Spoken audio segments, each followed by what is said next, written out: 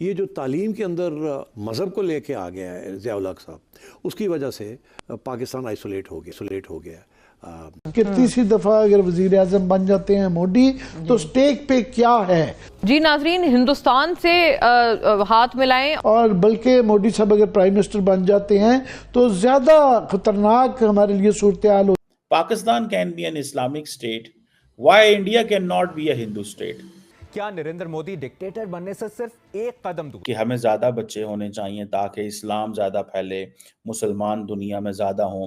हालांकि मैं इस आइडियोलॉजी से, नज़रिए से यकीन नहीं रखता। आरएसएस के सरबराह जो हैं वो एक नौजवान को कह रहे हैं कि तुम्हारे जो बुजुर्ग हैं उनकी रिटायरमेंट से पहले पहले अखंड भारत बन जाएगा। और क्या भारत बीजेपी के 10 साला इंतहा पसंदाना दौर के बाद बाकायदा हिंदू राष्ट्र बनने जा रहा है? आजम ने जो आइन बनाया उसकी धज्जियां उड़ा दी गई हैं। अच्छा, पाकिस्तान में इस वक्त कोई आइन नहीं है, पाकिस्तान का आइन उड़ चुका है। अच्छा, तो उड़ाने वाले कौन है? जिसकी लाठी उसकी भैंस। नमस्कार दोस्तों, स्वागत है आपका एक बार फिर से। दोस्तों, भारत के इलेक्शन पर पूरी दुनिया की नज़र है। वैसे तो सबको पता है कि तीसरी बार भी भारत में नरेंद्र मोदी ही प्राइम मिनिस्टर बनने जा रहे हैं। पाकिस्तानी मीडिया में बात चलती है कि भारत में बीजेपी को हिंदुओं ने चुना है और उनकी हिंदुत्व वाली सरकार भारत को आज वर्ल्ड लीडर बना रही है। और हमें इस्लामिक मुल्क मिला, फिर भी हमारे बैंकों को कोई कर्जा तक नहीं दे रहा। जनता रोटी के लिए तरस रही है। पाकिस्तान के पत्रकार तो ये भी बोल रहे हैं कि इस बार मोदी भारत के इतिहास के सबसे बड़े फैसले लेंगे। पाकिस्तान के टीवी डिबेट्स में उठ रहे ये सवाल, भारत के नए संसद भवन में अखंड भारत का नक्शा लगाकर भारत ने सबको चौंका दिया है। ये इशारा तो नहीं कि आने वाले समय में पाकिस्तान नाम का कोई देश ना हो। तो अगर आप भी चाहते हो कि पीओके जल्दी भारत का हिस्सा बने तो कमेंट में जय हिंद जरूर लिखें और वीडियो को लाइक जरूर करें। जय हिंद। बताएं बिजनेस के क्या हालात हैं इस मार्केट के? पाकिस्तान की, खास तौर पे लाहौर की मेन बड़ी मार्केट, इस मार्केट्स में से ये एक मार्केट है, तो क्या बिजनेस के क्या हालात चल रहे हैं? जितनी महंगाई, जितने बिल, जितनी बच्चों की किताबों की खर्च, अखराजात, उनके दाखिले, पेपर मनी और पेट्रोल, ये सारी चीजें ने कारोबार पर असरार डाले हुए हैं। ठीक है, ताजर भी पिस रहा है, मुलाजिम पेशा भी पिस रहा है, हर बंदा पिस रहा है, हर बंदा पिस बिजनेस रहा उस तरीके से नहीं चल रहा। ठीक बिल्कुल है। सही। अच्छा, टॉपिक ये है कि पाकिस्तान एग्रीकल्चर कंट्री है, लेकिन फिर भी हम आए दिन सुनते हैं कि हमें वीट, गंदम यानी कि इंपोर्ट करनी पड़ती है। क्या कहना चाहेंगे इसके ऊपर? फिर उसके बाद दूसरे टॉपिक पे आते हैं। ये जो बात की है ना गंदम की, गंदम में तो हम खुद कफील है। अच्छा, ज़राअत में, अच्छा, इसमें कोई शक नहीं है। तो फिर क्या वजह, बाहर से क्यों मंगवाते हैं? अगर मंगवाते इसमें हैं? कोई शक नहीं है।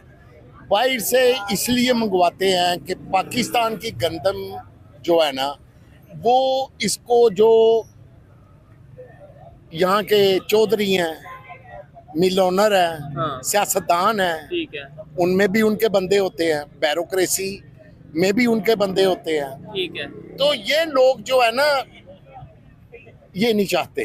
ठीक है, इनको होता है कि हमने किसी जिस पार्टी का साथ दिया वो जीत गई है, अब वो हमारी मोनोपोली पे हमारा साथ देगी और हम जो मर्जी चाहें करें। नहीं तो दुनिया के दूसरे कंट्रीज की अगर बात करें, वहाँ पे क्या वजह है कि जैसे खास तौर पे नेबर की बात करें, वहाँ पे भी सियासत होती है, वहाँ पे भी पार्टियां जीती हारती हैं, वहाँ पे। हाँ, एक मैं सीधी बात करता हूँ। हाँ, आप मिसाल पहले हम नेबर की या किसी की बाद में देते हैं, अच्छा, अपने घर से पहले चलते हैं। ठीक है। नहीं, साथ वाले को देखना तो चाहिए ना कि वो कैसे आगे जा रहा है। उनकी पॉलिसी है। अच्छा, तो उनकी पॉलिसी है, उनका कोई आइन है, कोई कानून है। तो हमारा भी तो आइन, कॉन्स्टिट्यूशन है। कौन सा कानून यार? कायदे आजम ने जो आइन बनाया उसकी धज्जियां उड़ा दी गई हैं। अच्छा, पाकिस्तान में इस वक्त कोई आइन नहीं है, पाकिस्तान का आइन उड़ चुका है। अच्छा, तो उड़ाने वाले कौन है? ये अवाम भी जानती है और मैं भी जानता तो हूँ। अगर अवाम, पाकिस्तान की अवाम भी जानती है, तो आप भी जानते हैं, हर कोई जानता है, तो फिर दुनिया पूरी ज़ाहिर बात है इस चीज़ को देख रही होगी। अभी नेबर, जिसे आपने मतलब नेबर कंट्री की अगर बात करें, उनके प्राइम मिनिस्टर, इंडिया के प्राइम मिनिस्टर ने बोला कि भाई पाकिस्तान इस टाइम पूरी दुनिया में जा रहा है बीक का कटोरा लेके, और वो इसलिए इन सारी। और दूसरे नंबर पर उन्होंने बोला उधर कांग्रेस रो रही है, मार रही है, इधर पाकिस्तान रो रहा है।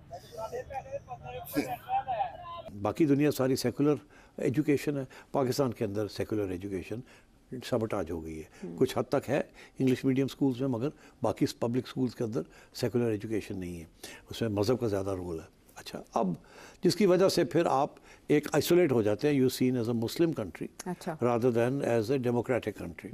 और दुनिया में आपने देखा जब से ये 9/11 हुआ और उससे पहले भी कि एक इस्लाम के ख़िलाफ़ एक पूरा महाज बन रहा था।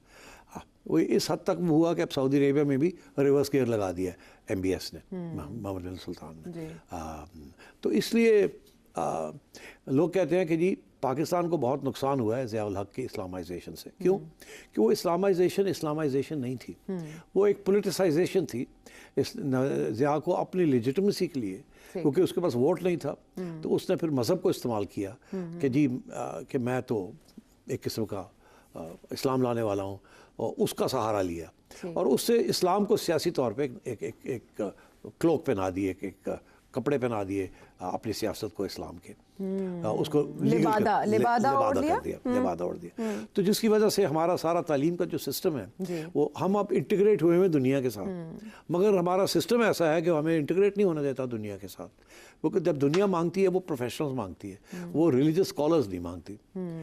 ठीक, तो जब हमारे लोग बाहर जाते हैं तो वहाँ अगर प्रोफेशनल्स भी हैं तो उनकी जो रिलीजियोसिटी है वो उनके रास्ते में आ जाती है और वो फिर आइसोलेट हो जाते हैं वहाँ।